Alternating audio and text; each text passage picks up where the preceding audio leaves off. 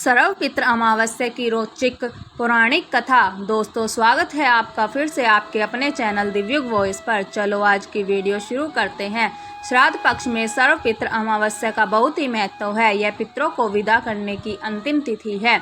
अगर कोई श्राद्ध तिथि में किसी कारण से श्राद्ध न कर पाया हो या फिर श्राद्ध की तिथि मालूम ना हो तो सर्वपित्र श्राद्ध अमावस्या पर श्राद्ध किया जा सकता है। आओ इस तिथि के महत्व की पौराणिक कथा क्या है यह जानते हैं।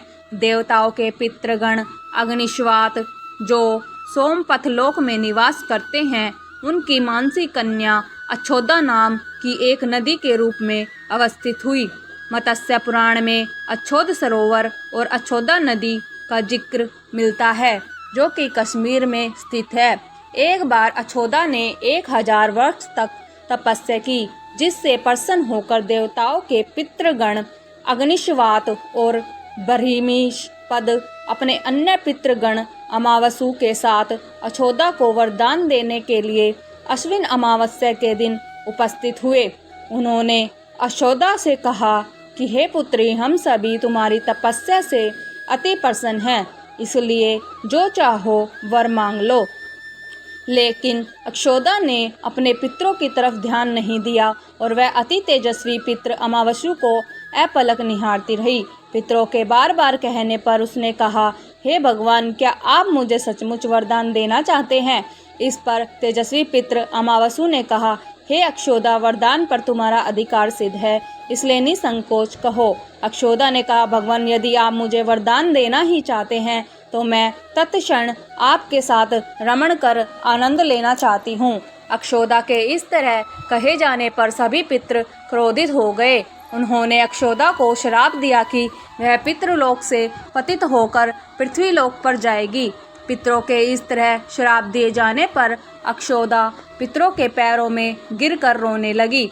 इस पर पितरों को दया आ गई। उन्होंने कहा कि अक्षोदा, तुम पतित योनि में श्राप मिलने के कारण मत्स्य कन्या के रूप में जन्म लोगी। पितरों ने आगे कहा कि भगवान ब्रह्मा के वंशज महर्षि पाराशर तुम्हें पति के रूप में प्राप्त होंगे। तुम्हारे गर्भ से भगवान व्यास जन्म लेंगे। उसके उपरांत भी अन्य दिव्य वंशों में जन्म लेते हुए तुम श्राप मुक्त होकर पुण्य पितृलोक में वापस आ जाओगी। पितरों के इस तरह कहे जाने पर अक्षोदा शांत हुई।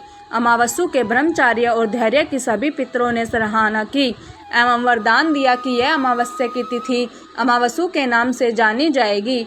जो प्राणी किसी भी दिन श्राद्ध न कर पाए, वह केवल अमावस्या के दिन श्राद्ध तर्पण करके सभी बीते 14 दिनों का पुण्य प्राप्त करते हुए अपने पितरों को तृप्त कर सकते हैं।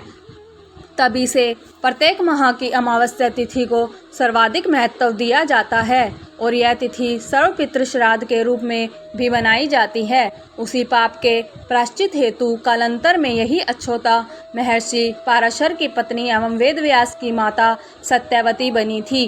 तत्पश्चात समुद्र के अंशभूत शांतनु की पत्नी हुई और 2 पुत्र चित्रांगद तथा विचित्रवीर्य को जन्म दिया था। इन्हीं के नाम से कलयुग में अष्टका श्राद्ध मनाया जाता है। दोस्तों, मैं आशा करती हूँ कि आपको हमारी यह वीडियो ज़रूर पसंद आई होगी। आपको वीडियो पसंद आए तो आपके अपने चैनल दिव्युग वॉइस को सब्सक्राइब कर ले। धन्यवाद। आपका दिन मंगलमय हो।